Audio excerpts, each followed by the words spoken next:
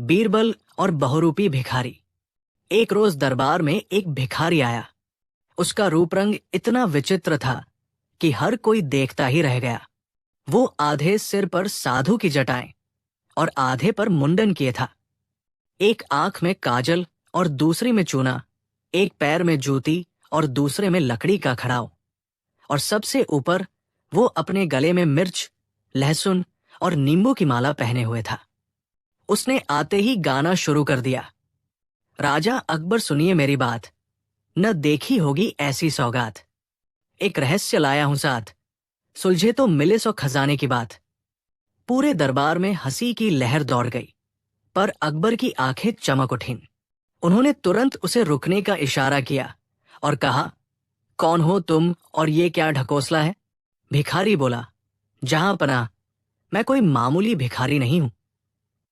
मैं बहुरूपी भवेश हूं, जो हर रूप में सच्चाई दिखाता है। मैं 5 रहस्यमयी सवाल लाया हूं।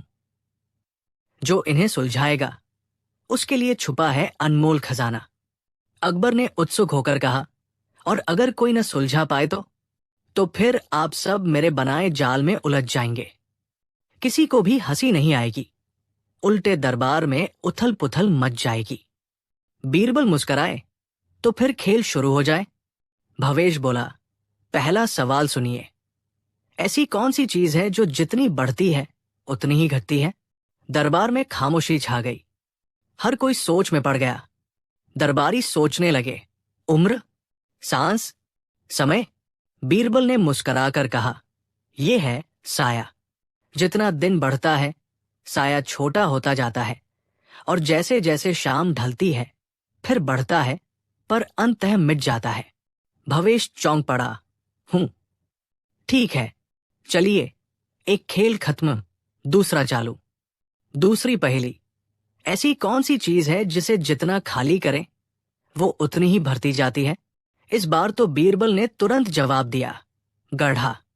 जितना मिट्टी निकालो उतना ही गड्ढा भरता जाता है।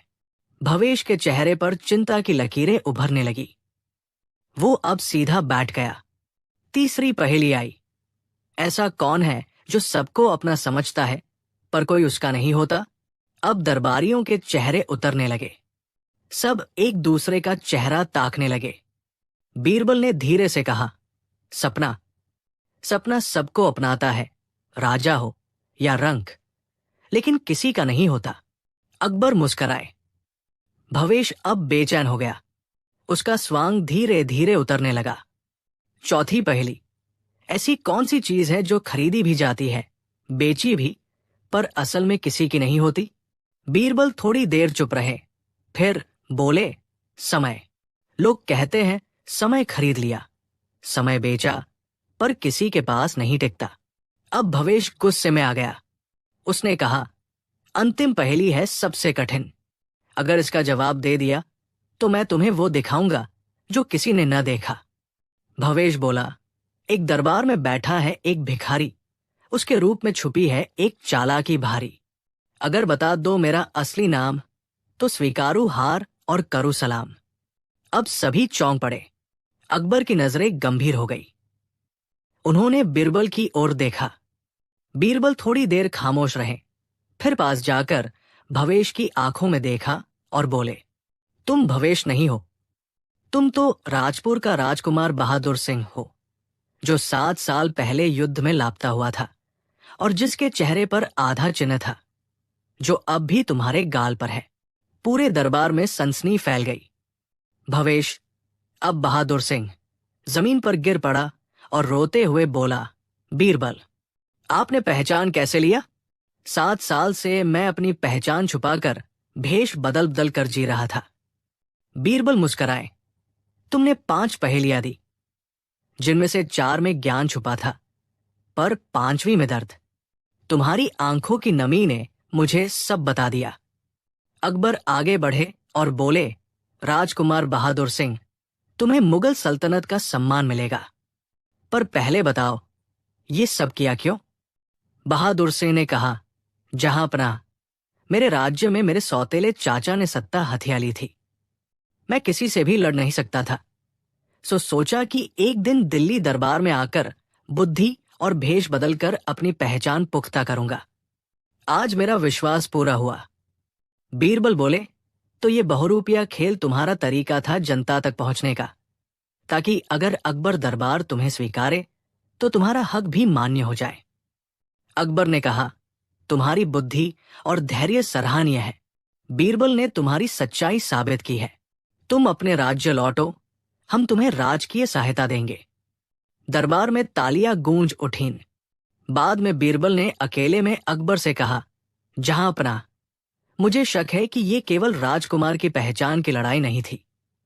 उसके पास जो माला थी उसमें असली हीरे जड़े थे। वो असल में अपने राज्य का खजाना अपने पास छुपाकर लाया था, ताकि साबित कर सके कि वो असली वारिस है। अकबर मुस्कराए, और तुमने उसे उजागर नहीं किया? बीरबल बोले, नहीं, क्योंकि सच्चा राजा वही होता है जो चतुराई से अपने राज्य के लिए योजनाएं बनाए, झूठ नहीं बोले। और उस माला को वो केवल खुद से नहीं, जनता से भी छुपा रहा था। अब वो जनता के लिए लड़ा है तो वो राजा कहलाने योग्य है। अकबर ने बीरबल को गले लगाया। अंत में राजकुमार बहादुर सिंह को उसके राज्य का अधिकार मिला। भवेश नाम अब किंवदंती बन गया, और बीरबल की बुद्धिमत्ता एक बार फिर इतिहास में दर्ज हो गई। और दरबारियों को सबक मिला, हर भेष में कोई खेल छुपा हो, पर हर खेल को मात देने के लिए बीरबल ही काफी है। बीरबल और चोरों का अदृश्य सिंहासन। अकबर के शासनकाल में एक अजीब अफवाह पूरे दिल्ली नगर में फैलने लगी। रात होते ही महलों के पास कोई अदृश्य सिंहासन प्रकट होता है, जिस पर बैठकर चोर राज्य की दौलत गायब कर जाते हैं। पहले लोग हंसे, पर कुछ ही दिनों में ये अफवाह सच्चाई में बदल गई। शाही खजाने से सोने की ईंटें, गहने और यहां तक कि बादशाह का निजी हुक्का तक चोरी हो गया, और कोई सुराग नहीं मिला। हर चोर का निशान एक ही मिलता, एक अदृश्य सिंहासन जिस पर बैठकर चोरी की जाती है। अकबर का माथा ठनका। ये तो कोई मायावी चाल है। क्या सचमुच कोई जादू है या फिर किसी की बड़ी चालाकी? उन्होंने तुरंत बीरबल को बुलाया।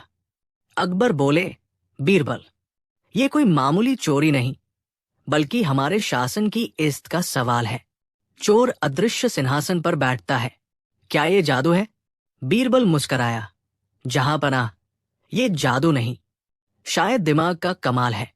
चोर कोई आम इंसान नहीं, बहुत चतुर है, लेकिन उसे पकड़ा जा सकता है, बशर्ते मुझे 3 रातों की इजाजत दी जाए। इजाजत मंजूर, अकबर बोले। रात 1। बीरबल ने महल के पास खुदाई करवाई और जमीन में गेहूं के आटे की महीन परत बिछा दी। ऊपर से सफेद कपड़ा डाल दिया। रात 2। आटे में घुला रंग डाला गया, ऐसा जो पैरों में लगकर कुछ घंटों तक चमके। रात 3। बीरबल खुद पहरेदार बनकर छुप गया। आधी रात को एक परछाई आई। वो हवा में हाथ घुमाते हुए एक जगह जाकर बैठ गई, और तभी छप, आटे में छाप बन गई। बीरबल ने धीरे से संकेत दिया और रंगीन पैरों के निशान का पीछा शुरू हुआ। निशान एक अजीब जगह जाकर रुके, राज्य के मुख्यमंत्री भवसिंह की हवेली के पीछे। बीरबल चौंक पड़ा। क्या यह संभव है? राज्य का मुख्यमंत्री?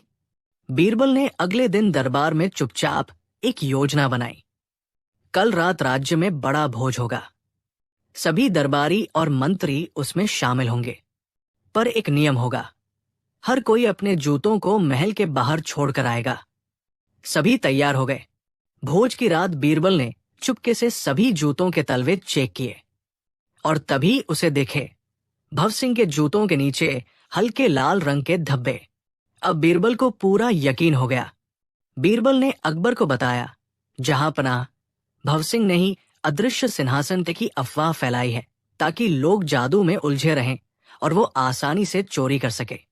उसने खास किस्म की हल्की लकड़ी से एक पारदर्शी कुर्सी बनवाई है, जिसे तेल से चमकाया गया है, ताकि वो चमककर अदृश्य लगे। रात में अंधेरे में उस पर बैठकर वो आराम से चोरी करता है। अकबर गुस्से से भड़क उठे। मंत्री होकर धोखा दिया?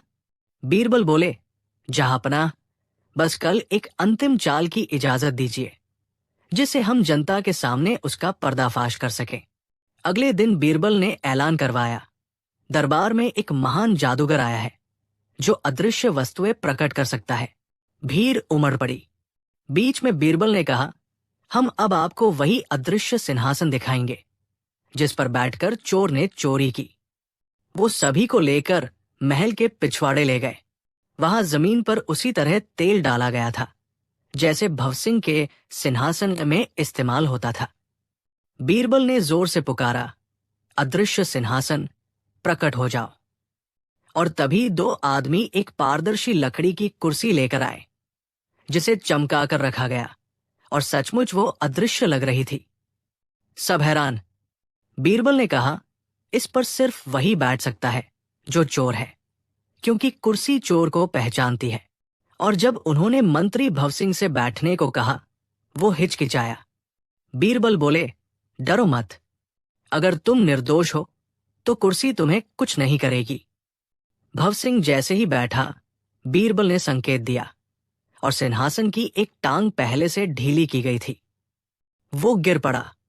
बीरबल बोले, देखिए, कुर्सी ने चोर को पहचान लिया। फिर उन्होंने आटे, जूते के रंग और निशान की कहानी सबके सामने रख दी। दरबार में सन्नाटा छा गया। फिर तालियों की गड़गड़ाहट गूंजी। अकबर बोले, भवसिंह, तुमने राज्य को धोखा दिया। अब तुम्हारी सारी संपत्ति जब्त होगी और तुम्हें कारागार में डाला जाएगा। बीरबल मुस्कराए। जहां पनाह, अदृश्य सिंहासन का रहस्य अब जनता के सामने आ चुका है। पर एक बात सच है, जब तक जनता अंधविश्वास में डूबी रहेगी तब तक ऐसे सिंहासन बनते रहेंगे। अकबर ने बीरबल को सोने की तलवार भेंट की और कहा, तुम्हारी सूझबूझ ने पूरे राज्य को गुमराह होने से बचा लिया। और तब से दिल्ली में एक कहावत चल पड़ी, जहां नजरों को धोखा हो वहां बीरबल को देखना चाहिए। कैसी लगी आपको? बीरबल और गूंगे शेर। एक दिन जब बादशाह अकबर अपने महल के बाग में टहल रहे थे, तभी सुदूर दक्षिण दिशा से आया एक दूध घोड़े पर सवार तेजी से महल के मुख्य द्वार पर आ पहुंचा। उसके कपड़े धूल से सने थे, चेहरा पसीने से भीगा हुआ और आंखों में डर साफ झलक रहा था। दूत ने घोड़े से उतरते ही अकबर को झुककर सलाम किया और बोला, हुजूर, आपके राज्य के एक जंगल में एक गूंगा शेर देखा गया है। अकबर ने भौहें चढ़ाई। गूंगा शेर? ये कैसा मजाक है? शेर दहाड़ता है। अगर वो गूंगा है तो कैसे पता चला कि वो शेर है? दूत ने कांपते स्वर में उत्तर दिया। जहां वह गया वहां डर और तबाही छा गई, लेकिन किसी ने उसकी दहाड़ नहीं सुनी। बस वो आता है, झाड़ियों से निकलता है, लोगों को देखता है और फिर गायब हो जाता है। कोई कुछ समझ नहीं पा रहा। लोग कहते हैं वो शेर बोल नहीं सकता, पर उसकी आंखें आग की तरह जलती है। अकबर ने तुरंत सभा बुलाई। दरबारियों में खलबली मच गई। कई तो बोले, ये कोई शेर नहीं, कोई अपशकुन है। शायद जंगल में कोई श्रापित आत्मा है, हमें सेना भेजनी चाहिए। लेकिन अकबर ने सबकी बातें सुनकर बीरबल की ओर देखा। बीरबल, तुम्हें क्या लगता है, क्या ये सचमुच कोई गूंगा शेर है? बीरबल मुस्कुराया। जहां तक मैंने समझा है, ये शेर नहीं बल्कि कोई बहुत चालाक इंसान है जो जानबूझकर डर का माहौल बना रहा है। अकबर ने चौंक कर कहा, तो तुम कहना चाहते हो कि शेर असली नहीं है? बीरबल बोला, शेर असली हो भी सकता है, पर उसका गूंगा होना सबसे बड़ा रहस्य है। मैं इस रहस्य को सुलझाऊंगा, लेकिन अकेला नहीं। मेरे साथ चलेंगे कुछ विशेष लोग और एक नकली शेर भी। अकबर ने बीरबल को आज्ञा दी कि वो अपनी योजना पर काम करे। बीरबल ने महल के शिल्पकारों को बुलाया और आदेश दिया कि एक नकली शेर तैयार किया जाए जो असली जैसा दिखे, लेकिन उसके अंदर बैठकर एक आदमी उसे चला सके। 3 दिनों की मेहनत के बाद एक विशाल, खाल से ढका नकली शेर तैयार हुआ। उसका मुंह खुलता बंद होता था, आंखों में शीशे लगे थे जो अंधेरे में चमकते थे, और उसका शरीर पहियों पर चलता था। बीरबल ने अपने खास सिपाहियों को प्रशिक्षित किया कि वे इस नकली शेर को जंगल में ऐसे चलाएं जैसे वो असली हो। बीरबल ने कहा, हम असली गूंगे शेर को गूंगे तरीके से ही पकड़ेंगे। बीरबल और उसकी टुकड़ी ने जंगल में डेरा डाला। रात के समय सब शांत थे, जब अचानक एक सिपाही दौड़ता हुआ आया। मालिक, वही गूंगा शेर दिखा। उसने एक शिकारी के झोंपड़े के पास मंडराया और फिर गायब हो गया। बीरबल ने उस झोंपड़ी की जांच की। वहां उसे कुछ अजीब निशान मिले, जैसे किसी भारी चीज को घसीटा गया हो, और जमीन पर छोटे छोटे पंजों के निशान भी थे, जो किसी शेर के नहीं बल्कि किसी जानवर के खोल के थे। बीरबल मुस्कराया। अब मामला साफ हो रहा। अगली रात बीरबल ने अपने नकली शेर को जंगल में छोड़ा। नकली शेर बब्बर सी चाल में चलता हुआ गूंगे शेर के इलाके में गया, और हुआ वही जो बीरबल ने सोचा था। पेड़ों की ओट से एक विशाल शेर की शक्ल में दिखने वाला जानवर निकला। वो दहाड़ नहीं रहा था, बस उसकी आंखें चमक रही थी, और वो नकली शेर की ओर बढ़ रहा था। बीरबल पेड़ के ऊपर से सब देख रहा था। जैसे ही दोनों शेर आमने सामने आए, नकली शेर के अंदर बैठे सिपाही ने मुंह से भयानक आवाज निकाली, और नकली शेर ने अपनी आंखों से रोशनी फेंकी। अचानक असली गूंगा शेर घबरा गया और भागने लगा, बट तभी उसका पैर एक जाल में फंस गया जो बीरबल ने पहले ही बिछा रखा था। सब दौड़ते हुए वहां पहुंचे, और जो देखा उससे सब दंग रह गए। वो कोई शेर नहीं था, बल्कि शेर की खाल पहने एक इंसान था, जो एक खास यंत्र से चलने वाला नकली शेर पहनकर जंगल में डर फैलाता था। उसे पकड़ा गया, उसके चेहरे से नकाब हटाया गया। वो था राजा बलबीर सिंह का गुप्तचर, जो पड़ोसी राज्य से था और अकबर के राज्य में डर फैलाकर लोगों को जंगल छोड़ने पर मजबूर करना चाहता था, क्योंकि उस जंगल के नीचे सोने की खदानें थी, और बलबीर सिंह चाहता था कि वो खाली हो जाए ताकि वे वहां आकर खनन कर सकें। अकबर गुस्से से भर उठे। अगर बीरबल न होता तो हम सब इस गूंगे शेर के धोखे में आ जाते। बीरबल मुस्कराया। जहां आवाज नहीं होती, वहां अक्ल की आवाज ही सबसे ऊंची होती है, हुजूर। अकबर ने बीरबल को सोने की 50 मुद्राएं, एक बहुमूल्य तलवार और जंगल की सुरक्षा की जिम्मेदारी दी। बीरबल ने कहा, डर की सबसे बड़ी ताकत उसका अदृश्य होना है। जब वो सामने आ जाए तो उसका सामना करना सरल हो जाता है। पूरे राज्य में बीरबल की प्रशंसा होने लगी। बच्चों ने शेर की खाल पहने इंसान की कहानियां गाई, और कलाकारों ने उसकी मूर्ति बनाई, और जंगल अब फिर से खुशियों से गूंज उठा। समाप्त। बीरबल और उल्टी अक्ल दरबार। एक बार की बात है, बादशाह अकबर गहरे विचार में डूबे बैठे थे। उनकी आंखों में चिंता की रेखाएं थी। दरबार में खामोशी थी। तभी बीरबल ने पूछा, जहां पनाह, कुछ परेशान लग रहे हैं? अकबर बोले, बीरबल, मैं जानना चाहता हूं कि हमारे दरबार में सबसे अजीब दिमाग वाला कौन है? बीरबल मुस्कराया। जहां पनाह, इस प्रश्न का उत्तर तो सिर्फ एक विशेष प्रयोग से ही मिल सकता है। अकबर चौंके। क्या मतलब? बीरबल बोला, हमें एक ऐसा दिन घोषित करना चाहिए जिसमें दरबारियों को सबसे अजीबोगरीब हरकतें करने की छूट होगी, और जो सबसे विचित्र, उल्टी पुल्टी परंतु तर्कयुक्त हरकत करेगा वही विजेता होगा। अकबर हंसते हुए बोले, मगर बीरबल, इससे दरबार पागलखाना नहीं बन जाएगा? बीरबल ने झुककर कहा, जहां पनाह, कभी कभी पागलपन ही बुद्धि की अग्नि परीक्षा होता है। अकबर मुस्कराए। ठीक है, कल से उल्टी अक्ल दरबार शुरू किया जाएगा। अगली सुबह जब दरबार खुला तो जो दृश्य था वो ऐसा था कि सूरज भी शर्म से बादलों में छिप जाए। सेनापति खुद को घोड़ा समझकर दरबार में हिनहिनाते हुए घुसा। वजीर ने अपनी पगड़ी में तरबूज फिट कर लिया और कहने लगा, अब मेरा दिमाग ठंडा रहेगा। एक दरबारी ने अपने पैरों में चप्पल की जगह बर्तन बांध रखे थे, और आवाज करता हुआ ऐसे चला जैसे शाही रसोई चल रही हो। अकबर ने सिर पकड़ लिया। है खुदा, ये क्या तमाशा है? बीरबल बोले, जहां पनाह, ये तो अभी ट्रेलर है, पूरी फिल्म शाम तक चलेगी। अब बारी थी प्रतियोगिता की। नियम, हर दरबारी को 5 मिनट मिलेंगे जिसमें वो सबसे उल्टी लेकिन बुद्धिमानी से जुड़ी हरकत करेगा। पहला प्रतिभागी हकीम जलालुद्दीन। उसने एक मटका लाया, उसमें से पानी निकाला और मटका पहनकर खड़ा हो गया। अकबर ने पूछा, ये क्या है?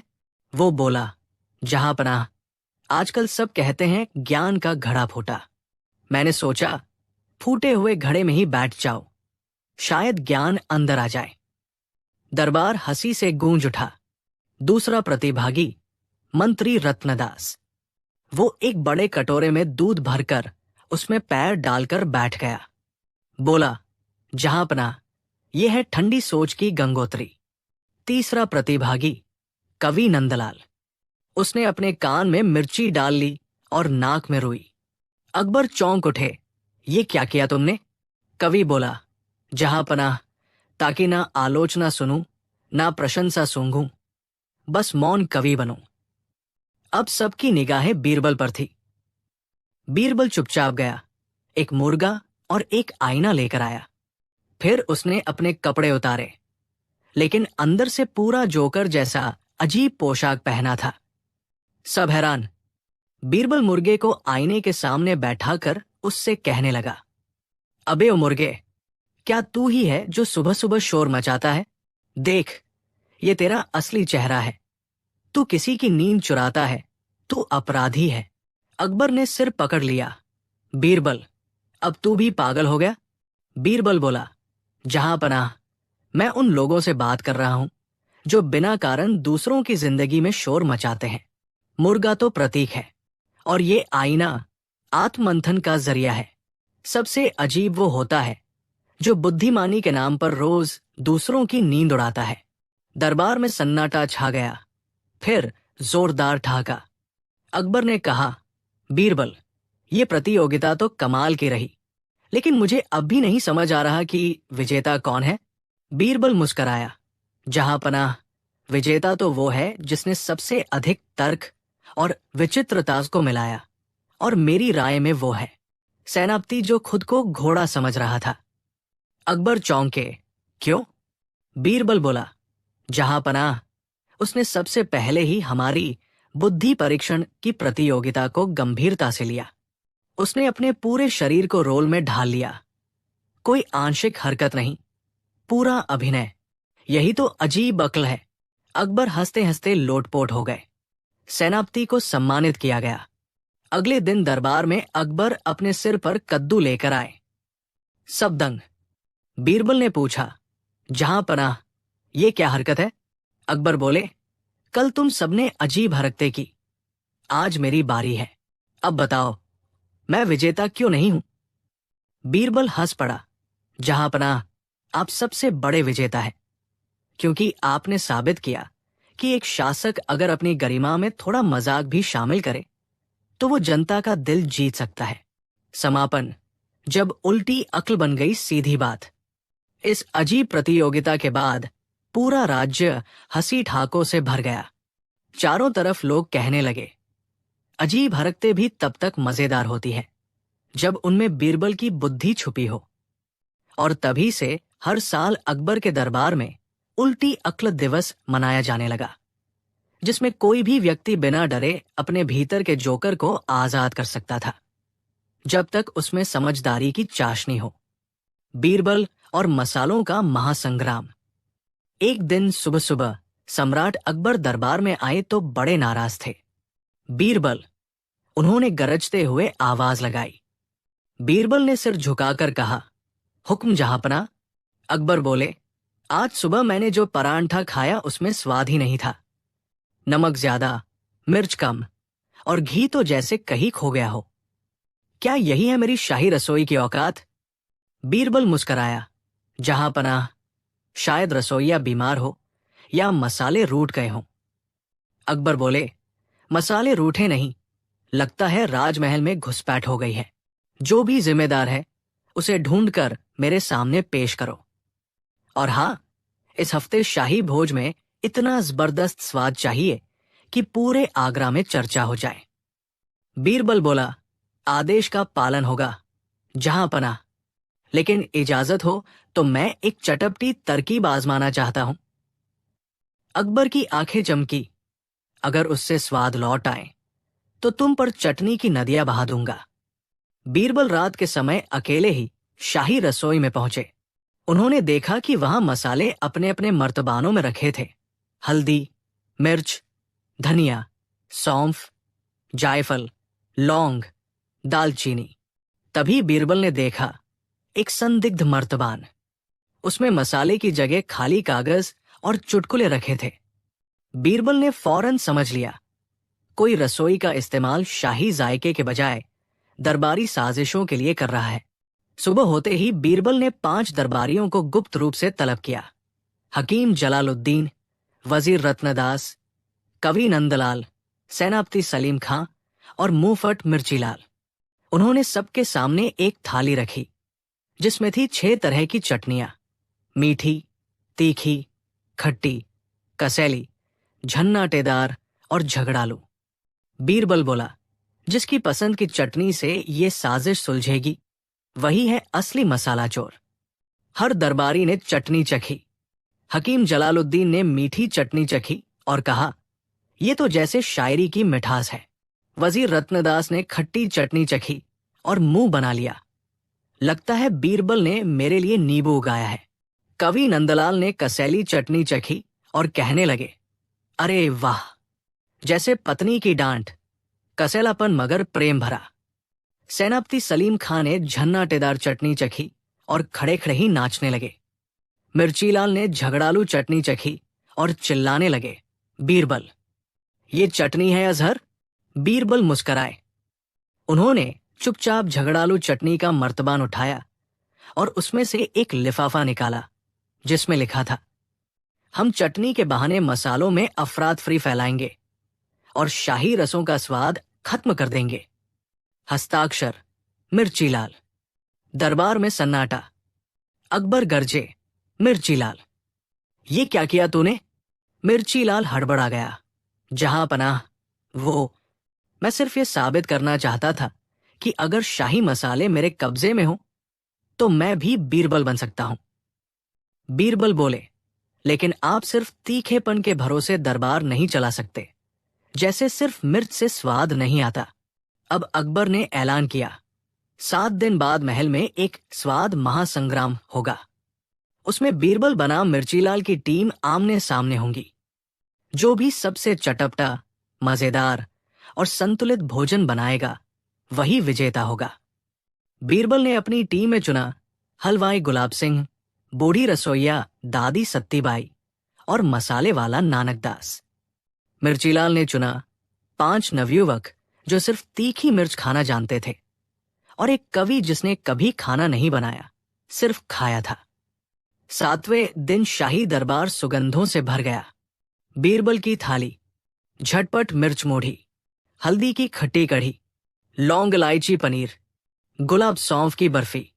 मिर्चीलाल की थाली, 5 प्रकार की तीखी मिर्च, मिर्च से भरा भरता, मिर्च की खीर, जी हां, खीर। जज बने अकबर, रानी जोधा और 3 विदेशी मेहमान। मिर्चीलाल की पहली बाइट खाते ही विदेशी मेहमानों की आंखों से आंसू बहने लगे और उन्होंने अपना पासपोर्ट निकाल लिया। रानी जोधा ने खीर चखते ही कहा, क्या ये दुष्टों की कसम है? अकबर ने जैसे ही बीरबल की बर्फी खाई, बोले, हाय, इस स्वाद में संगीत है, कविता है और बीरबल की बुद्धि है। मिर्चीलाल शर्म से पानी पानी हो गया। बीरबल ने उसकी पीठ थपथपाई और कहा, देखिए मिर्चीलाल जी, जिंदगी में सिर्फ तीखा होना काफी नहीं, जरा मिठास, जरा खटास, जरा नरमापन और थोड़ी सी अक्ल भी जरूरी होती है। अकबर ने बीरबल को सम्मानित किया और ऐलान किया, अब हर साल राजमहल में चटपटा सप्ताह मनाया जाएगा, जिसमें बीरबल के विशेष व्यंजन जनता को खिलाए जाएंगे। और बीरबल ने पहली बार जनता को एक डिश खुद परोसी, बुद्धि की बर्फी। समापन, जब दरबार भी रसोई बन गया। इसके बाद आगरा दरबार में एक कहावत चल पड़ी, जहां मसालों में ताजगी हो और सलाह में बीरबल हो, वहां स्वाद भी जीतता है और दिमाग भी। बीरबल और उल्टी दुनिया का हंगामा। एक दिन सुबह सुबह अकबर बादशाह बड़े हैरान परेशान दरबार में आए। उनके कपड़े उल्टे थे, पगड़ी पीछे की ओर, अंगरखा अंदर बाहर और जूते दोनों उल्टे पैर में। सब दरबारी आश्चर्य में पड़ गए। बीरबल ने धीरे से पूछा, जहां पनाह, क्या किसी जादूगर से झगड़ा हो गया? अकबर बोले, बीरबल, मैंने एक अजीब सपना देखा है। सपने में मैं एक ऐसी दुनिया में था जहां हर चीज उल्टी चलती थी। लोग रात में उठते, दिन में सोते, खाने से पहले उल्टी करते, बात उल्टी करते, सोच उल्टी करते, और यहां तक कि राजा प्रजा के पैर दबाता था। दरबारियों में खुसर पुसर होने लगी।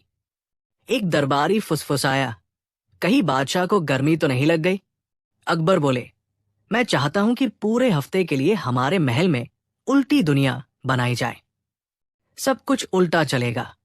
जो राजा है वो नौकर बनेगा, जो नौकर है वो राजा, जो बीरबल है वो गूंगा दरबारी बनेगा। बीरबल मुस्कराए, बहुत अच्छा विचार है जहांपना, मैं तो पहले से उल्टी बातों में माहिर हूं।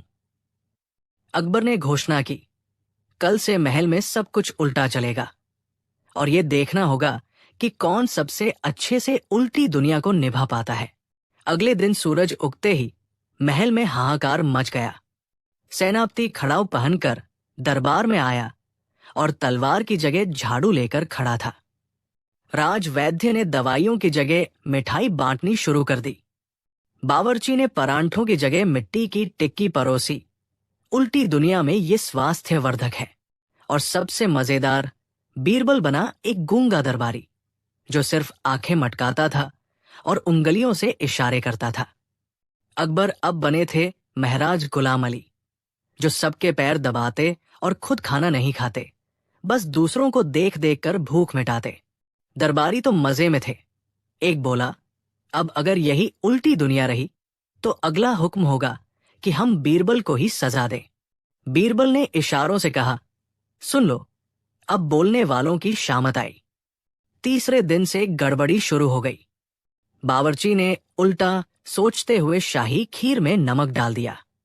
वैद्य ने उल्टी औषधि दे दी, जिससे सभी दरबारी उल्टी करने लगे। सचमुच सेनापति ने दुश्मन को गले लगा लिया और बोला, अब हम तुम्हारे गुलाम हैं। अकबर का चेहरा उतर गया। बोले, बीरबल, ये उल्टी दुनिया अब सीधी लगने लगी है, मगर नुकसान हो रहा है। बीरबल ने इशारों में कहा, अगर ये उल्टी दुनिया रही तो दरबार का हाल पलटे हुए तवे जैसा होगा, ऊपर जल रहा, नीचे अधपका। अब बीरबल ने असली खेल खेला। उन्होंने रात को सबके कमरे में एक एक उल्टा आईना रख दिया। सुबह जब दरबारी उठे तो खुद को देखकर डर गए। सब कुछ और ज्यादा उल्टा लगने लगा। किसी को लगा उसके सिर पर पैर उगाए हैं, किसी ने सोचा उसकी नाक सींग बन गई है, और किसी ने खुद को महिला के रूप में देखा और चिल्ला पड़ा। अब सब दरबारी परेशान। बीरबल ने अब चुप्पी तोड़ी, जहांपनाह, अगर आपकी आज्ञा हो तो एक सुझाव है। हमें उल्टी दुनिया को वही सीमित करना चाहिए जहां ये केवल सोच में काम करे, व्यवहार में नहीं। अकबर बोले, क्या मतलब? बीरबल मुस्कराए, मतलब ये कि कभी कभी उल्टा सोचना फायदेमंद होता है, जैसे जब हम समस्या को अलग दृष्टिकोण से देखें। मगर अगर सब कुछ सचमुच उल्टा कर दें तो खीर में नमक पड़ता है, तलवार की जगह झाड़ू आती है और सेनापति दुश्मनों को आलिंगन दे बैठते हैं। अकबर मुस्कराए। उन्होंने कहा, बीरबल, तुमने एक अजीब सपना लिया और उससे एक बड़ी सीख दी। दुनिया को उल्टा देखने का मतलब ये नहीं कि उसे उल्टा ही कर दे। बीरबल ने कहा, जहांपनाह, जैसे आईने में चेहरा उल्टा दिखता है, मगर असली चेहरा वैसा नहीं होता, वैसे ही नई सोच जरूरी है, मगर मूर्खता नहीं। अकबर ने ऐलान किया, आज से हर साल एक दिन उल्टी दुनिया दिवस मनाया जाएगा, जब हम नई सोच के साथ पुरानी समस्याओं को देखेंगे, लेकिन बिना खीर में नमक डाले। दरबार में सबने ठहाके लगाए। अंत, उल्टी दुनिया की सीधी सीख। अगले साल उस दिन को बड़े उत्सव के रूप में मनाया गया। बीरबल ने एक कविता सुनाई। उल्टा जो देखो, सीधा समझो, चटनी में भी मिठास खोजो। सोच बदलो, चाल न उल्टो, वरना खीर में नमक घोलो। सब दरबारी हंसी से लोटपोट हो गए और बीरबल की इस अजीबोगरीब चतुराई वाली योजना को इतिहास में बीरबल और अदृश्य शत्रु का रहस्य। एक दिन बादशाह अकबर अपने महल में उदास बैठे थे। दरबार सजा हुआ था, मगर उनका ध्यान कहीं और था। बीरबल ने यह देखा और धीरे से पूछा, जहां पनाह, आप कुछ चिंतित लगते हैं, कोई समस्या है क्या? अकबर ने गहरी सांस लेते हुए कहा, बीरबल, कुछ दिनों से अजीब घटनाएं हो रही हैं। महल के खजाने से कीमती वस्तुएं गायब हो रही हैं, मगर चोर का कोई सुराग नहीं। ना कोई ताला टूटा, ना कोई दरवाजा। हर रात एक चीज गायब हो जाती है और कोई कुछ देख नहीं पाता। बीरबल ने मुस्कुराते हुए कहा, इसमें जरूर कोई चालाकी है। जहां पनाह, मुझे कुछ दिन का समय दीजिए, मैं इसका भेद जरूर निकालूंगा। अकबर ने हामी भरी और बीरबल को इस रहस्य की तह तक जाने की इजाजत दे दी। बीरबल ने सबसे पहले महल के रक्षकों से बात की, मगर किसी ने कुछ नहीं देखा। चोर न तो दरवाजा तोड़ता था, न कोई निशान छोड़ता था। बीरबल को ये किसी जादू जैसी बात लगी। उसने महल की हर गैलरी, हर कमरा और खजाना देखा। उसने देखा कि चोरी हमेशा रात के तीसरे पहर होती थी, जब सभी गहरी नींद में होते हैं। बीरबल ने एक योजना बनाई। उसने अपने कुछ खास भरोसेमंद लोगों को साधारण सेवक बनाकर महल के अलग अलग हिस्सों में तैनात किया। लेकिन 3 रातें बीत गई और कुछ भी पता न चला। चौथी रात एक सैनिक ने बीरबल से कहा, हुजूर, मुझे ऐसा लगा जैसे कोई साया मेरे पास से गुजरा, पर मैंने किसी को देखा नहीं। ना कोई कदमों की आहट थी, ना कोई गंध। बीरबल चौंक गया। साया, और वो भी बिना आहट? अब बीरबल को यकीन हो गया कि चोर कोई सामान्य आदमी नहीं, बल्कि कोई ऐसा है जो दिखाई नहीं देता। या तो कोई जादूगर, या फिर कोई चालाक वैज्ञानिक जिसने अदृश्य होने का तरीका खोज लिया हो। बीरबल ने महल के पुराने कागजात खंगाले और पाया कि एक समय महल में एक अजीब वैज्ञानिक रहा करता था, हकीम जाफर। वो प्रयोग करता था कि कैसे खुद को अदृश्य बनाया जाए। लेकिन एक दिन वो बिना बताए गायब हो गया। बीरबल को संदेह हुआ कि शायद वही वापस आया है। उसने तय किया कि अब उसे खुद फंदा लगाना होगा। बीरबल ने खजाने के कमरे में खास किस्म का महीन सुगंधित चूर्ण बिछाया, जो दिखता नहीं था, मगर अगर कोई उस पर चलता तो उसकी तलवों में चिपक जाता और उसकी महक पूरे महल में फैल जाती। फिर उसने महल के मुख्य दरवाजे पर उसी चूर्ण की पहचान करने वाली गंध सूंघने वाली बिल्लियों को बैठाया। जैसे ही अगली रात कोई अदृश्य चोर अंदर गया, उसकी चालाकी ने उसे धोखा दिया। उसके पैरों में चूर्ण लग गया और जैसे ही वो महल से बाहर जाने लगा, बिल्लियां भौंकने लगी। हाँ, बिल्लियां जो विशेष रूप से प्रशिक्षित थी और कुत्तों की तरह सतर्क थी। बीरबल और सैनिकों ने तुरंत दिशा का अनुमान लगाया और एक कोने में एक इंसानी आवाज सुनी, अरे ये क्या है? मुझे बिल्लियां क्यों घूर रही हैं? फिर उन्होंने एक जालीदार जादुई चादर उस जगह फेंकी और तभी एक अधेड़ उम्र का आदमी प्रकट हुआ। हकीम जाफर। बीरबल ने पूछा, तुम इतने सालों बाद क्यों लौटे और चोरी क्यों की? जाफर ने जवाब दिया, बादशाह ने मुझे मेरे अदृश्य होने के प्रयोग के लिए निकाल दिया था। मैं जंगल में छिपकर उस प्रयोग को पूरा करता रहा और आखिरकार मैं सफल हुआ। मैं तुम्हें दिखाना चाहता था कि मैं क्या बना सकता हूं, मगर तुमने मुझे पहले ही पकड़ लिया। बीरबल ने मुस्कुराकर कहा, असली ताकत ईमानदारी और सेवा में है, चोरी में नहीं। अकबर ने जाफर को सजा दी, मगर बीरबल की सलाह पर जाफर को एक अवसर दिया गया कि वो अपना ज्ञान राज्य के हित में प्रयोग करे। कुछ दिन बाद बीरबल दरबार में देर से पहुंचे। अकबर ने पूछा, बीरबल, आज देर कैसे हो गई? बीरबल ने हंसते हुए कहा, जहांपनाह, अब मैं भी अदृश्य चूर्ण बनाने की कोशिश कर रहा हूं, ताकि सुबह देर से उठ सकूं और कोई देख भी न सके। पूरे दरबार में ठहाका गूंज उठा। समाप्त। बीरबल और खट्टे आमों का रहस्य। गर्मियों की दोपहरी थी।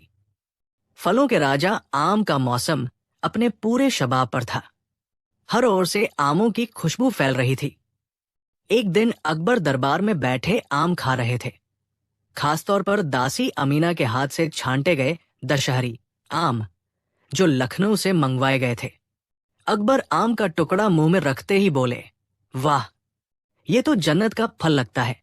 बीरबल मुस्कुराते हुए बोले, हुजूर, अगर आम जन्नत में भी मिलते हैं तो यकीन मानिए वहां के पहरेदार दरवाजे पर यही आम बेचते होंगे। दरबार में हंसी गूंज गई, मगर तभी तामे वाले दरबान मुगलपुर गांव से आए एक किसान को दरबार में लाए। वो किसान घबराया हुआ था।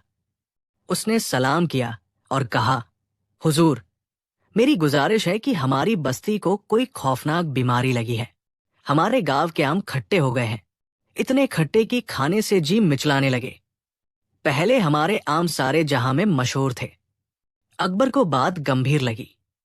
बोले, बीरबल, इस रहस्य की तह तक जाओ। अगर आम खट्टे हो गए हैं तो ये सिर्फ स्वाद की बात नहीं, इसमें कोई साजिश भी हो सकती है।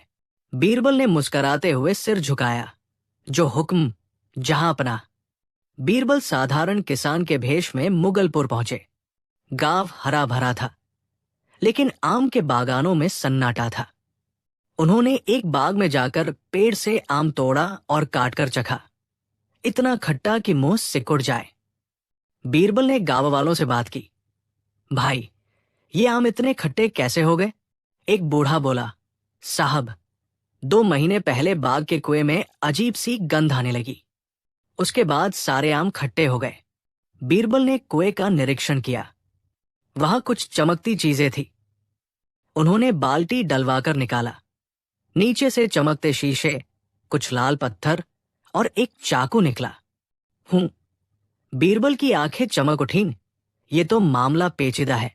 उन्होंने बाग के माली से भी बात की, जो आंखें चुराकर बोला, हमें नहीं पता साहब, हम तो बस पानी डालते हैं। बीरबल ने वही रात गांव में एक आम के पेड़ के नीचे बिताई, छिपकर। आधी रात को उन्होंने देखा कि 2 नकाबपोश कुएं के पास आए, कुछ घोल उसमें डाला और चुपचाप भाग गए। अरे बाप रे, ये तो कोई षड्यंत्र है। बीरबल अगली सुबह लौटे और सीधे अकबर के सामने पेश हुए।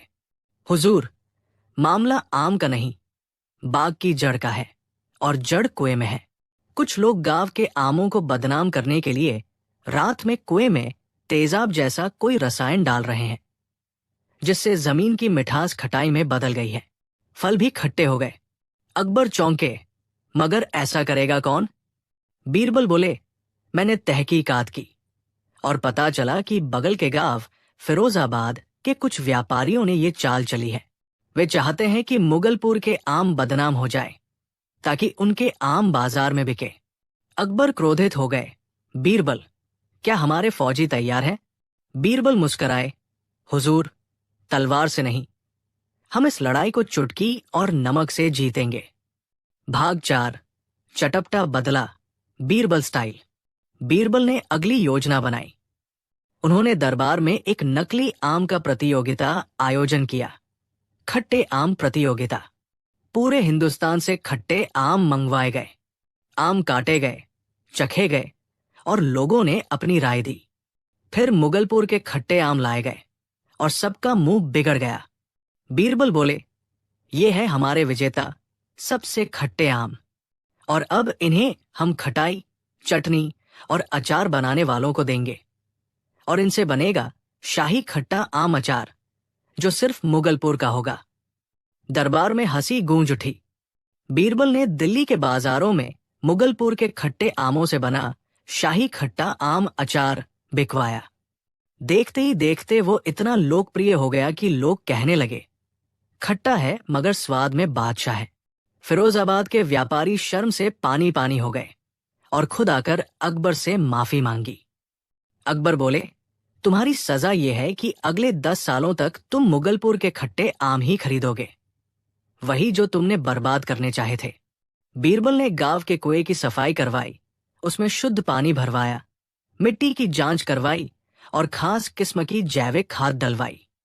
अगले साल मुगलपुर के आम फिर से मीठे हो गए और साथ ही मशहूर भी।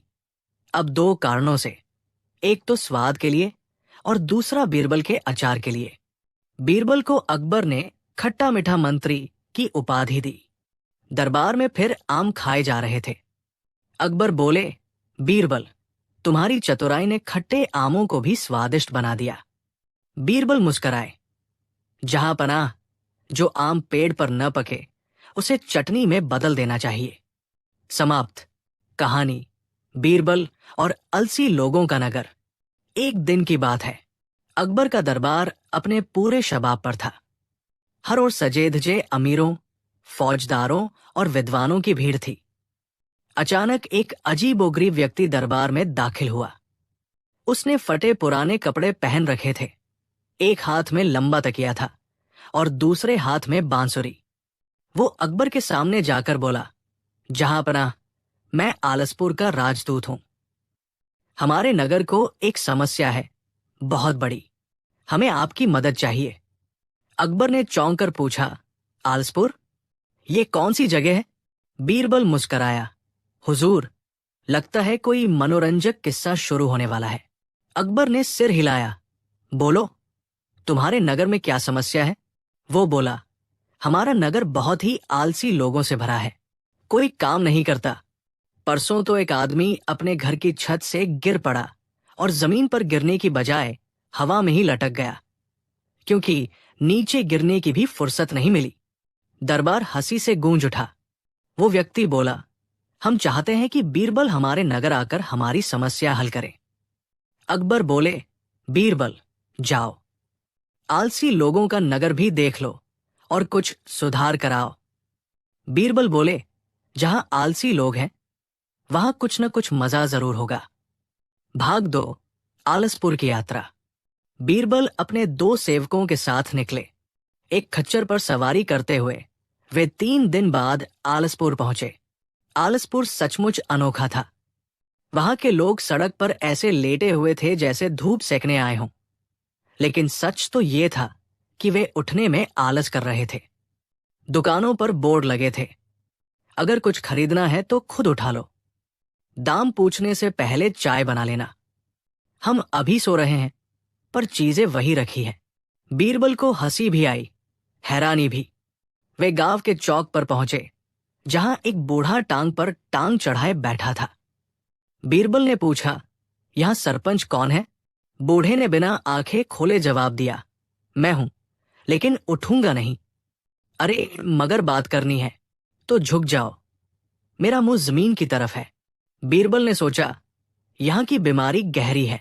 बीरबल ने सबसे पहले ऐलान कराया, कल गांव के चौराहे पर जो आएगा उसे मुफ्त हलवा मिलेगा। सिर्फ 100 कटोरियां हैं। जो पहले आएगा पहले पाएगा। अगले दिन बीरबल समय पर पहुंचे। 10 बजे सुबह चौक खाली पड़ा था। 11 बजे खाली। 12 बजे एक आदमी आया और बोला, कटोरी में हलवा डाल दो, मैं ले जाऊंगा, बाद में खाऊंगा। बीरबल ने पूछा, इतना देरी से क्यों आए? वो बोला, नींद का टाइम था। फिर बीरबल को समझ आया, इनके लिए मुफ्त भी मुफीद नहीं। भाग 4, चालाक योजना, आलस कर हटाओ, इनाम पाओ। बीरबल ने अगली योजना बनाई। उन्होंने गांव भर में ऐलान करवाया, जो कोई भी सबसे मेहनती काम करेगा उसे बादशाह अकबर की तरफ से 100 सोने की मुद्राएं मिलेंगी। कुछ नहीं बदला। फिर उन्होंने इनाम बढ़ाया, जो शख्स मुझे दोपहर तक 10 बाल्टी पानी लाकर देगा उसे एक गाय मुफ्त मिलेगी। फिर भी कोई नहीं आया। तब बीरबल ने अंतिम चाल चली, मैं अगले सोमवार ठीक दोपहर गांव के बाहर जमीन के नीचे 1000 सोने की मुद्राएं गाड़ दूंगा, मगर जो पहले आएगा उसी को पता चलेगा कहा। सोमवार सुबह चमत्कार हो गया। गांव में पहली बार सूरज निकलते ही हलचल थी। लोग सुबह 5 बजे उठ गए। एक आदमी तो 4 बजे से फावड़ा लेकर इंतजार कर रहा था। बीरबल ने मुस्कुराकर सोचा, लो भाई, सोने के लालच ने नींद भगा दी। गांव वालों ने बीरबल को घेर लिया। कहाँ है खजाना? बीरबल बोले, तय किया गया था कि सिर्फ पहले आने वाले को पता चलेगा। अब हल्ला मच गया। लोग आपस में लड़ने लगे कि कौन पहले आया। बीरबल बोले, ठहरो, अगर आपसी सहमति से तय कर लो कि किसे मिलेगा तो मैं उस जगह ले जाऊंगा। गांव वालों ने तुरंत पंचायत बुलाई और 2 घंटे में सर्वसम्मति से तय किया कि खजाना गांव की भुलक्कड़ बुजुर्ग महिला धनवंत काकी को दिया जाए, क्योंकि वो सबसे पहले आई थी और हलवे की बात पर भी पहुंची थी। बीरबल ने उन्हें एक गड्ढे में ले जाकर खुद फावड़ा चलवाया और सचमुच वहां से एक तिजोरी निकली, मगर जब खोला गया तो उसमें सिर्फ एक कागज था। मेहनत करने से ही असली सोना मिलता है, यही खजाना है। सब चौंक गए। गांव वालों ने सिर झुका लिया। सब समझ गए कि उनकी आलसी आदतें ही उन्हें पीछे धकेल रही थी। बीरबल ने गांव में एक नई योजना शुरू करवाई। काम करो, इनाम पाओ। जो सुबह खेत में काम करेगा उसे चाय मुफ्त, जो सफाई करेगा उसे महीने के अंत में वस्त्र मिलेंगे, जो अपने घर की मरम्मत खुद करेगा उसे नगर सेवक की उपाधि। धीरे धीरे आलसपुर में बदलाव आया। लोग जागने लगे, खेतों में हल चलने लगे, दुकानों पर लोग खुद बैठने लगे। बीरबल ने लौटने से पहले देखा, वही सरपंच अब खुद गांव में झाड़ू लगा रहा था। बीरबल मुस्कुराए। जहां पनाह को यह सुनकर खुशी होगी कि आलसी लोग अब अचार नहीं, मेहनत में लग गए हैं। बीरबल दिल्ली लौटे। अकबर ने पूछा, तो कैसा रहा आलसपुर? बीरबल ने सिर झुकाकर कहा, जहां पनाह, वहां के लोगों ने आलस को ही अपना राजा बना रखा था। मैंने उन्हें दिखाया कि सोना जमीन में नहीं, हाथ की मेहनत में छुपा होता है। अकबर ने बीरबल को गले लगाते हुए कहा, तुमने सिर्फ एक नगर नहीं बदला, तुमने इंसान की सोच बदल दी। बीरबल मुस्कुराए, और सोच बदल जाए तो आलसी भी बाजीगर बन जाते हैं। अकबर ने बीरबल को कर्मवीर चाणक्य की उपाधि दी। समाप्त। बीरबल और अदृश्य दरबारी। एक दिन की बात है। बादशाह अकबर का दरबार हमेशा की तरह सजा था। विद्वान, मंत्री, फौजदार, कवि और कलाकार अपनी अपनी बातों में मगन थे। तभी अचानक एक अजीब सी आवाज पूरे दरबार में गूंज उठी, मुझे न्याय चाहिए। अकबर चौंक गए, ये आवाज कहां से आई? बीरबल भी चौंका। चारों ओर देखा गया, लेकिन न कोई दिखाई दिया और न कोई आता जाता नजर आया। फिर से वही आवाज गूंजी, जहां पनाह, मुझे न्याय चाहिए। मेरा सम्मान छीन लिया गया है और मेरा नाम मिटा दिया गया है। अकबर गंभीर हो गए। कौन है ये? सामने आओ। तभी एक फरमान लाई गई, एक सफेद चिट्ठी जो अचानक अकबर के आसन के सामने गिर पड़ी। उस पर लिखा था, मैं वो हूं जो हमेशा था, मगर अब नहीं हूं। बीरबल अगर मुझे पहचान सका तो मैं खुद आकर सामने आऊंगा। बीरबल ने वो पत्र ध्यान से पढ़ा और मुस्कराया। ये कोई शरारत नहीं है। जहां पनाह, बीरबल बोले, ये कोई चतुर व्यक्ति है जिसे अपनी पहचान छिपानी आती है। अकबर बोले, बीरबल, तुम्हारे ऊपर इस रहस्य को सुलझाने की जिम्मेदारी है। बीरबल ने दरबार की पुरानी फाइलें मंगवाई। दरबारियों की सूची पलटी गई। पुराने नामों, चित्रों और उपाधियों को देखा गया। बीरबल बोला, कोई व्यक्ति जो पहले दरबार में था लेकिन अब नहीं है, यही संकेत है।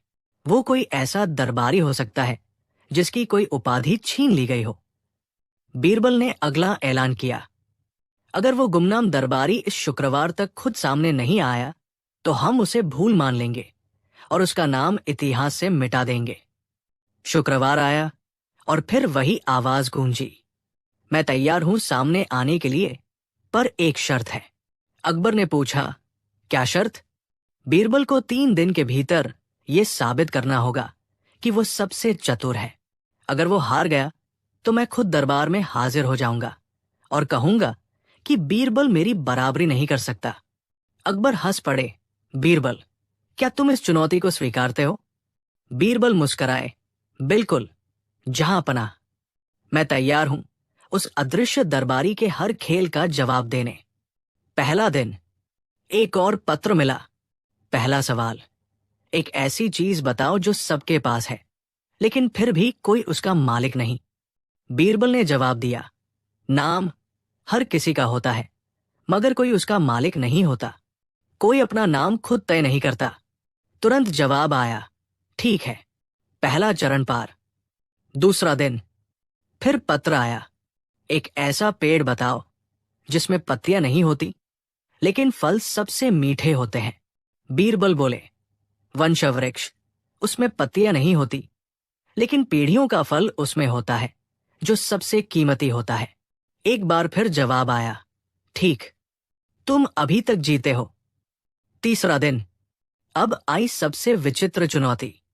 अगर कोई राजा बनना चाहे और उसकी गद्दी पर पहले से कोई बैठा हो तो वो क्या करे कि उसे अपमान भी न सहना पड़े और गद्दी भी मिल जाए।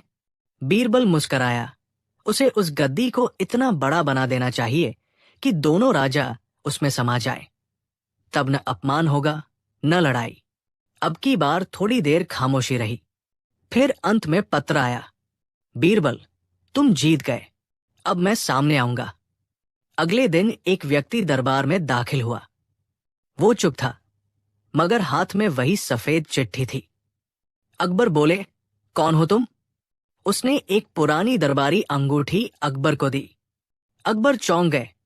ये तो वही अंगूठी है जो मैंने गूंगे दरबारी को दी थी, जो सिर्फ इशारों से बात करता था। बीरबल बोले, अरे, तो ये है हमारे अदृश्य दरबारी।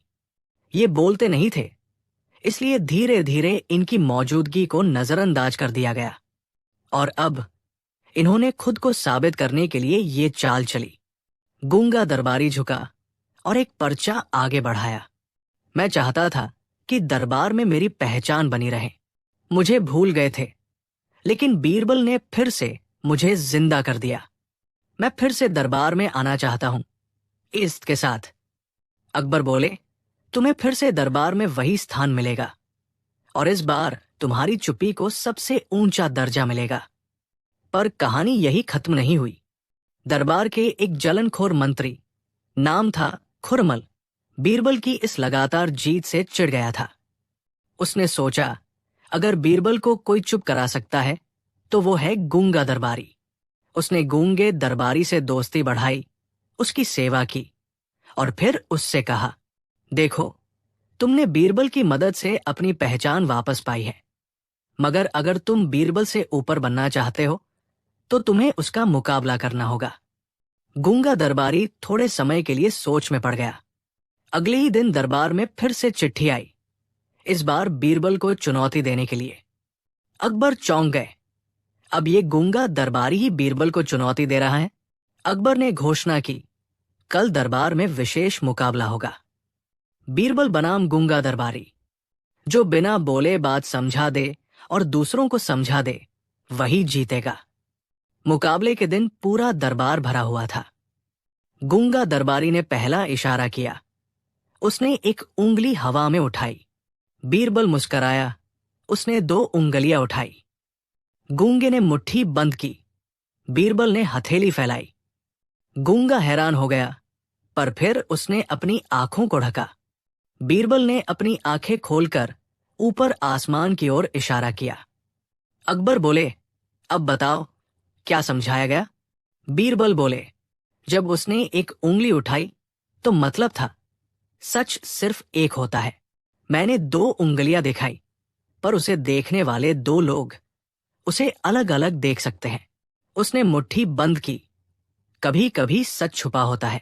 मैंने हथेली फैलाई, मगर ज्ञान उसे उजागर कर सकता है। उसने आंखें ढकी। अगर लोग देखना न चाहें तो सच भी अंधकार में रहता है। मैंने आसमान की ओर इशारा किया, पर सच सदा वहां होता है, हमें बस देखना आना चाहिए। पूरे दरबार में सन्नाटा था। फिर जोरदार तालियां बज उठीं। गूंगे दरबारी ने खुद आकर बीरबल के पैर छुए। भाग 7, सम्मान और पुनर्मिलन। बादशाह अकबर ने ऐलान किया, आज से ये गूंगा दरबारी हमारा मौन मंत्री कहलाएगा। और बीरबल, तुम्हारी चतुराई सिर्फ शब्दों में नहीं, समझ में है। बीरबल ने कहा, जहांपनाह, कभी कभी जो चुप रहते हैं वे भी बहुत कुछ कह जाते हैं, बस उन्हें समझने वाला चाहिए। अकबर मुस्कराए, और वो समझने वाला हमेशा बीरबल रहेगा। समाप्त। बीरबल और विक्रमपुर की रानी। गर्मियों की एक दोपहर थी। अकबर दरबार में आराम से बैठे थे और बीरबल से शतरंज खेल रहे थे। तभी एक चिट्ठी आई जो सीधे विक्रमपुर राज्य से भेजी गई थी।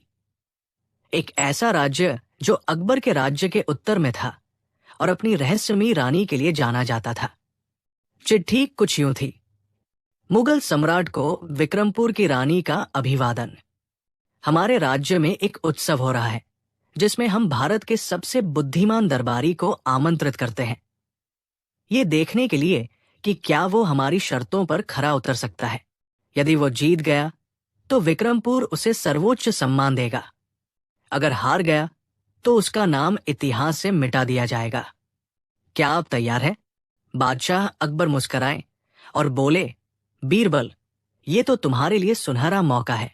बीरबल ने चिट्ठी पढ़ी और कहा, जहांपनाह, मुझे ये चुनौती स्वीकार है, लेकिन रानी की चाल को हल्के में नहीं लेना चाहिए।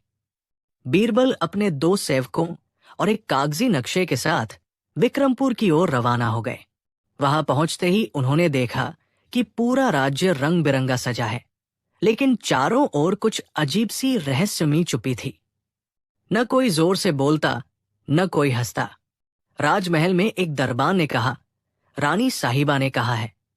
बीरबल को राजमहल के अंदर आने से पहले 3 प्रश्नों का उत्तर बाहर से ही देना होगा। अगर एक भी गलत हुआ तो वापस जाना होगा। बीरबल मुस्कुराए और बोले, पूछिए, मैं तैयार हूं। पहला सवाल, ऐसी चीज क्या है जो जितना खाली हो उतनी ही ज्यादा कीमती लगती है? बीरबल ने कहा, दिमाग। दूसरा सवाल, ऐसा कौन सा कपड़ा है जो कभी सिलता नहीं फिर भी लोगों को ढकता है? बीरबल बोले, छाया। तीसरा सवाल, वो कौन सी भाषा है जो बिना बोले बोली जाती है और हर कोई समझ जाता है? बीरबल ने कहा, आंखों की भाषा। दरबान मुस्कुराया और दरवाजा खोल दिया। आप भीतर जा सकते हैं, महामहिम आपकी प्रतीक्षा कर रही है। बीरबल ने जैसे ही महल में प्रवेश किया, रानी वसुंधरा सामने आई। वो सुंदर, सौम्य परंतु तेज नजरों वाली महिला थी, जिनके चेहरे पर आत्मविश्वास चमक रहा था। रानी बोली, बीरबल, मैंने तुम्हारे किस्से बहुत सुने हैं, पर अब मैं देखना चाहती हूं कि तुम कितने असली हो। उन्होंने अपने पीछे से एक पिंजरा मंगवाया जिसमें 3 पंछी थे। एक बोलता था, एक चुप था और एक सिर्फ दूसरों की नकल करता था। रानी ने कहा, इन तीनों में से एक असली ज्ञानी है, एक सिर्फ दिखावा करता है और एक तोता है जो सिर्फ दोहराता है। तुम्हें बिना छुए, बिना सवाल पूछे ये बताना होगा कि असली ज्ञानी कौन है। बीरबल मुस्कुराए। उन्होंने तीनों पक्षियों को गौर से देखा। पहला बार बार नमस्ते, मैं ज्ञानी हूं बोल रहा था। दूसरा शांत बैठा था। तीसरा बोलता था, मैं वही कहता हूं जो तू कहता है। बीरबल ने कहा, ज्ञानी वही है जो बिना बोले समझा सके, इसलिए दूसरा पंछी ज्ञानी है। वो शांत है पर उसकी आंखों में समझ है। रानी मुस्कुराई, ठीक है, पहला पड़ाव तुमने पार कर लिया। रानी बोली, अब मैं तुम्हें लेकर चलती हूं विक्रमपुर के झूठ के जंगल में। वहां हर पत्ता, हर फूल तुमसे कुछ कहेगा, पर 90% चीजें झूठ बोलेंगी। तुम्हें सच पहचानना होगा। बीरबल को एक बगीचे में ले जाया गया। वहां फूलों पर टैग लगे थे। मैं चांदी में खिलता हूं, मैं बारिश में सूखता हूं, मैं तुम्हारे दिल की बात जानता हूं, मैं झूठ नहीं बोलता। बीरबल मुस्कुराए और बोले, जो टैग कहता है मैं झूठ नहीं बोलता, वही सबसे बड़ा झूठा है। रानी ने ताली बजाई, बिल्कुल सही। फिर बीरबल ने कहा, जो फूल कहता है मैं बारिश में सूखता हूं, वो झूठा है, क्योंकि बारिश में कोई फूल सूखता नहीं। रानी हंस पड़ी, बीरबल, तुम इस जंगल के भी बादशाह निकले। रानी बोली, अब आखिरी परीक्षा है, लेकिन ये सबसे कठिन है। अब मैं तुमसे 3 झूठ बोलूंगी और एक सच। तुम्हें सच पहचानना है। 1, मैंने 3 बार शादी की है। 2, मैंने अपने पिता को कभी नहीं देखा। 3, मैंने बचपन में अपना नाम खुद रखा। 4, मैंने इस राज्य को अपने पति से जीता है। बीरबल कुछ देर चुप रहे, फिर बोले, राज्य कोई अपनी मर्जी से नहीं जीतता, ये राजनीति से मिलता है। इसलिए चौथा झूठ है। पर पहला झूठ लग सकता है, 3 शादी, असंभव नहीं। दूसरा, पिता को नहीं देखा, हो सकता है। तीसरा, नाम खुद रखा, ये संभव नहीं, बच्चा नाम नहीं रखता। इसलिए बीरबल बोले, दूसरा वाक्य, मैंने अपने पिता को कभी नहीं देखा, यही सच है। रानी स्तब्ध रह गई। उन्होंने खड़े होकर बीरबल को प्रणाम किया। तुमने मेरी हर परीक्षा पास की और तुमने आज मुझे खुद से बेहतर समझा। विक्रमपुर का सबसे ऊंचा सम्मान तुम्हारा हुआ। बीरबल दिल्ली लौटे तो अकबर ने दरबार सजाया।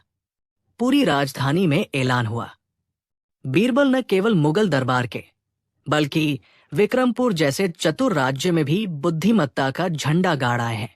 बीरबल बोले, जहां रानियां चालाक होती हैं, वहां राजा का बुद्धिमान होना और भी जरूरी हो जाता है। अकबर हंस पड़े, और इसीलिए मेरे दरबार में तुम हो, बीरबल।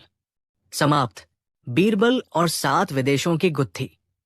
एक बार अकबर के दरबार में एक अजीब संदेश आया। 7 देशों के राजाओं ने मिलकर भारत के बुद्धिमानों को चुनौती दी थी। संदेश में लिखा था, भारत की बुद्धिमत्ता की बड़ी चर्चा सुनी है। अगर वास्तव में तुम सबसे चतुर हो तो हमारे 7 सवालों का जवाब दो।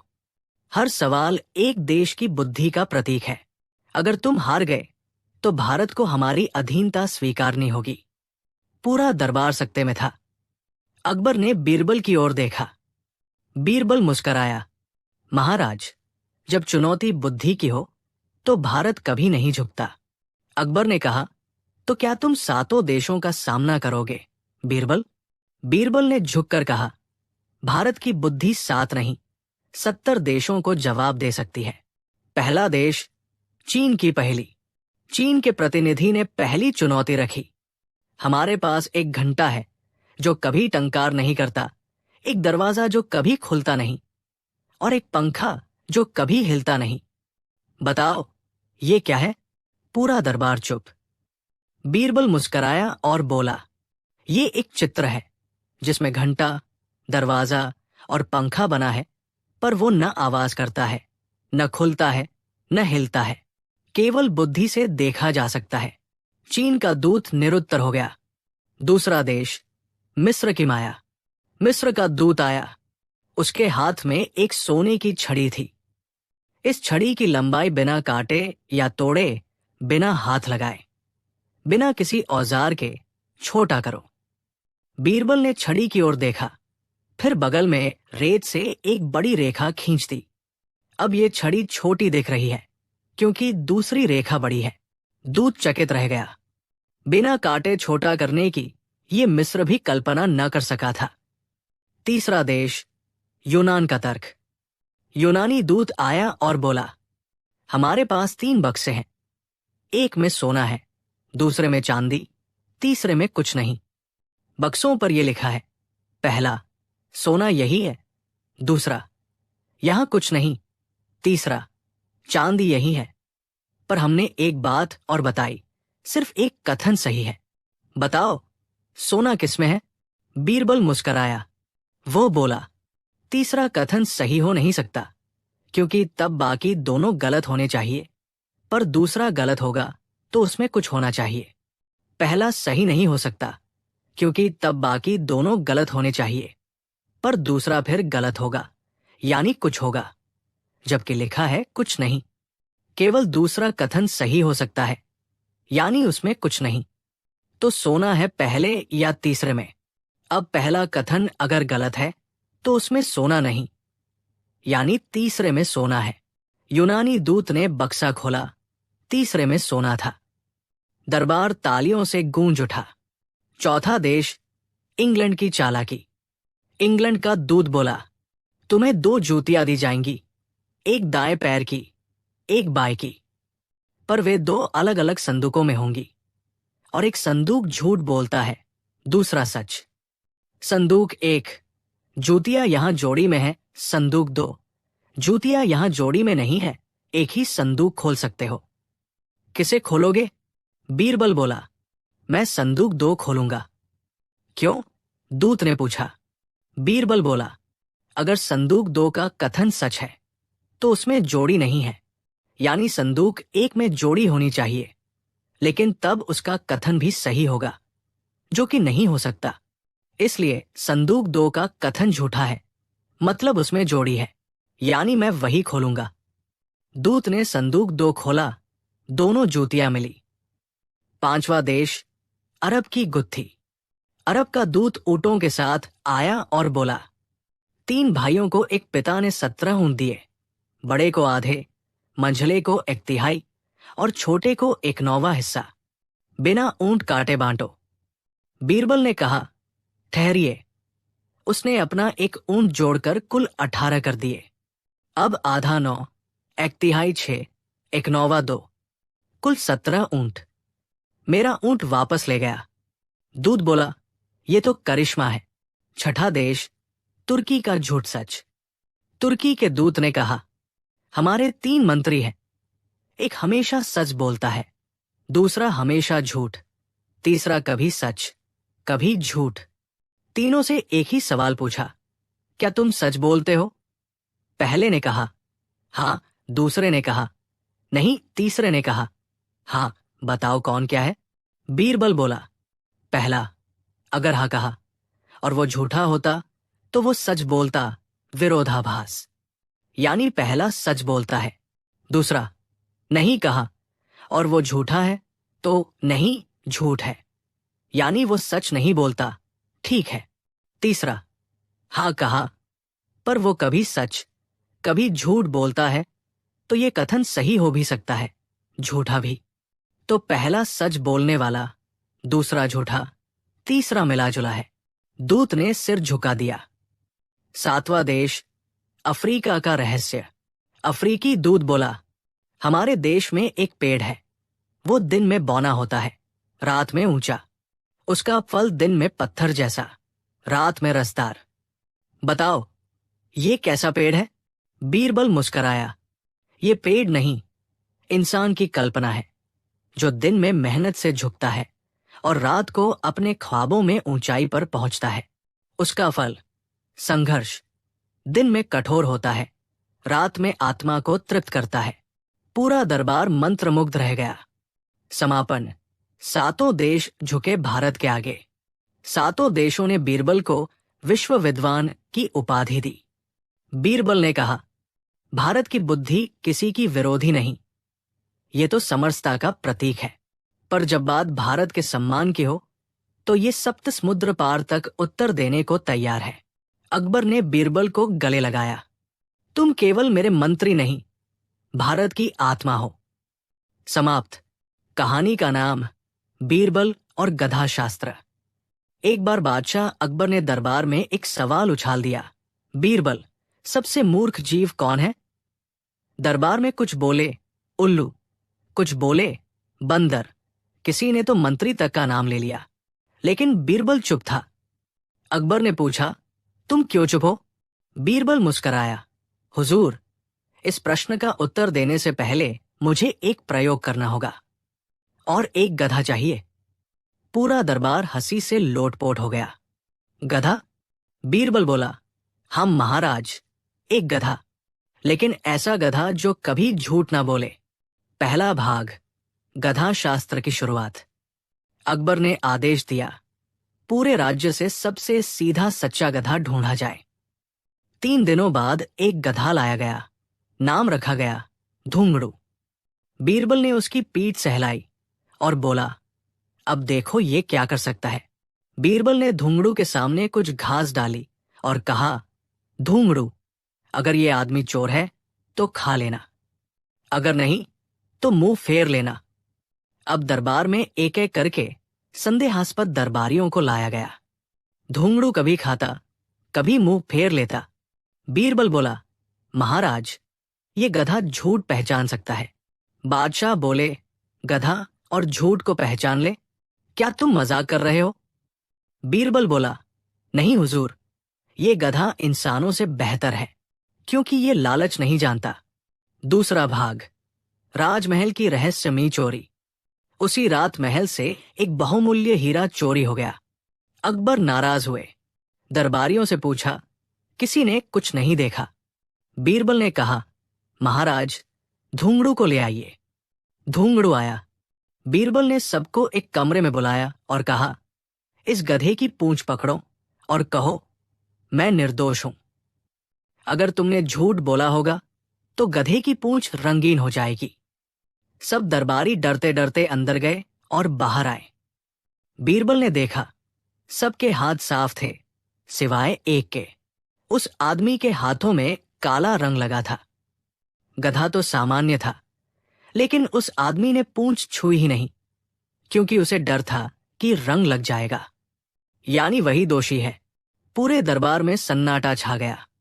अकबर हंसे, गधा नहीं, ये तो न्याय का अधिकारी निकला। तीसरा भाग, गधे की सभा।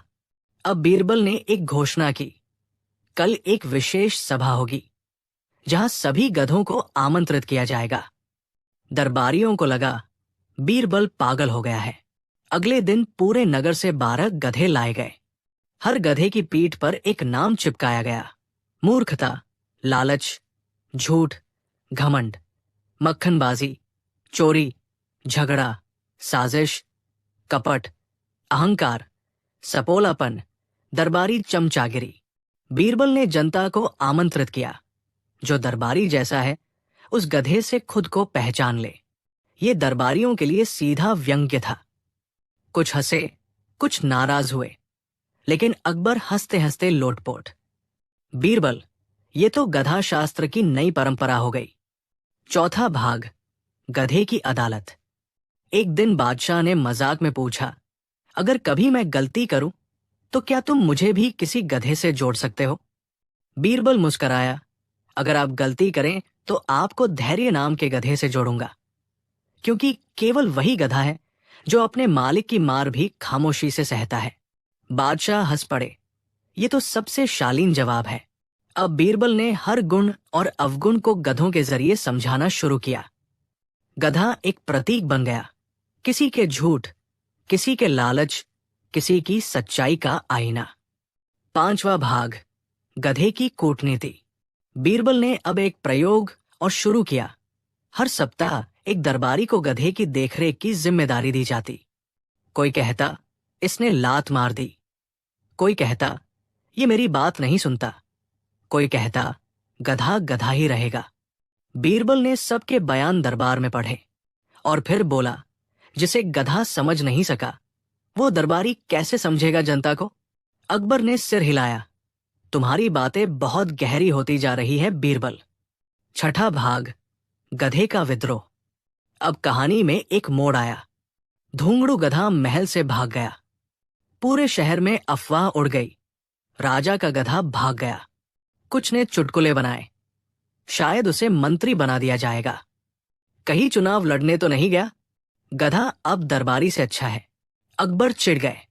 बीरबल ने कहा, महाराज, वो गधा नहीं भागा, उसे ले जाया गया है, ताकि लोग साबित करें कि आप गधों पर भरोसा करते हैं, इंसानों पर नहीं। अकबर चौंके, क्या मतलब?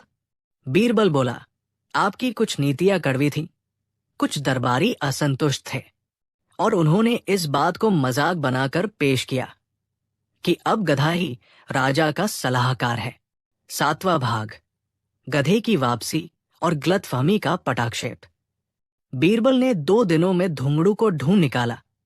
उसे नगर के बाहर एक वीरान हवेली में बांध कर रखा गया था। वहां से चिट्ठियां भी मिलती थी, जब तक गधे को दरबार से नहीं हटाया जाएगा हम राजा का अपमान करते रहेंगे। बीरबल ने सभी चिट्ठियां बादशाह को दी।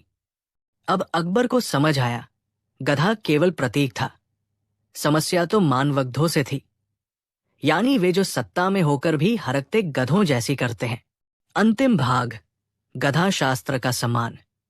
बीरबल ने प्रस्ताव रखा, महाराज, क्यों ना हम हर साल गधा शास्त्र सम्मान दें उस नागरिक को जो ईमानदारी, निडरता और धैर्य का प्रतीक हो, जैसे गधा होता है।